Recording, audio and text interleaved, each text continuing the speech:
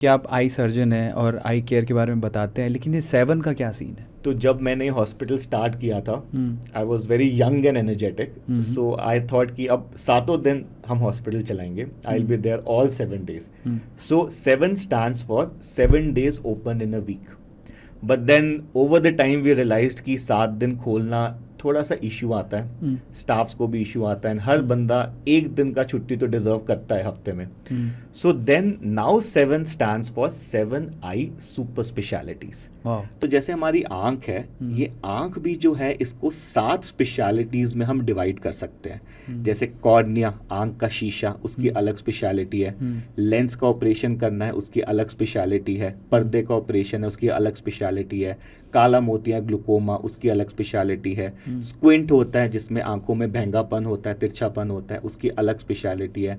आंख की एक नस होती है जो आंख को दिमाग से कनेक्ट करती है, उसकी अलग स्पेशलिटी है. बच्चों की अलग स्पेशलिटी है क्योंकि बच्चों की आंखें एडल्ट से अलग होती है.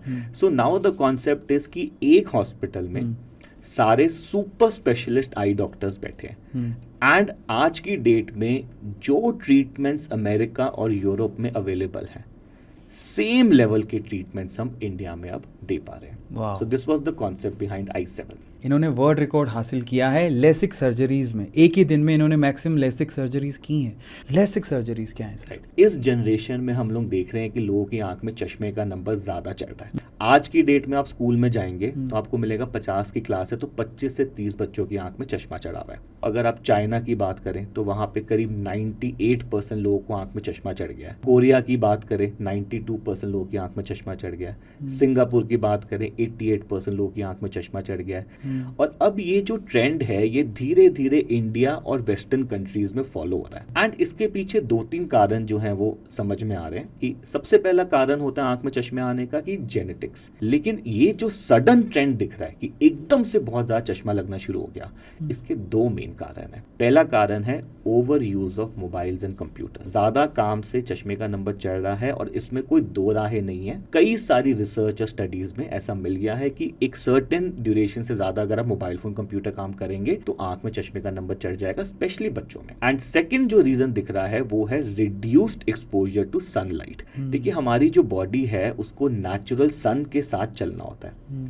आजकल हम लोग क्या कर रहे हैं, ऑफिसेज में विंडोज बंद होती हैं, सन एक्सपोजर लोगों का है नहीं. तो ये भी एक बहुत बड़ा रीजन आ रहा है सामने, साइंटिफिक रीजन, कि इससे लोगों की आंख में चश्मे का नंबर चढ़ रहा है. अब चश्मे का नंबर चढ़ रहा है और चश्मा आंखों के ऊपर एक प्रोस्थेसिस है, तो बहुत सारे लोग इसको पहनना नहीं चाहते. तो मैं देखता हूँ कई सारे लोग आंखों में कॉन्टैक्ट लेंसेज लगाना शुरू कर देते हैं. लेकिन कॉन्टैक्ट लेंस हमारी आंखों के लिए बहुत ही डेंजरस चीज है क्योंकि कॉन्टैक्ट लेंस की हाइजीन बहुत अच्छे से लोग मेंटेन कर नहीं पाते.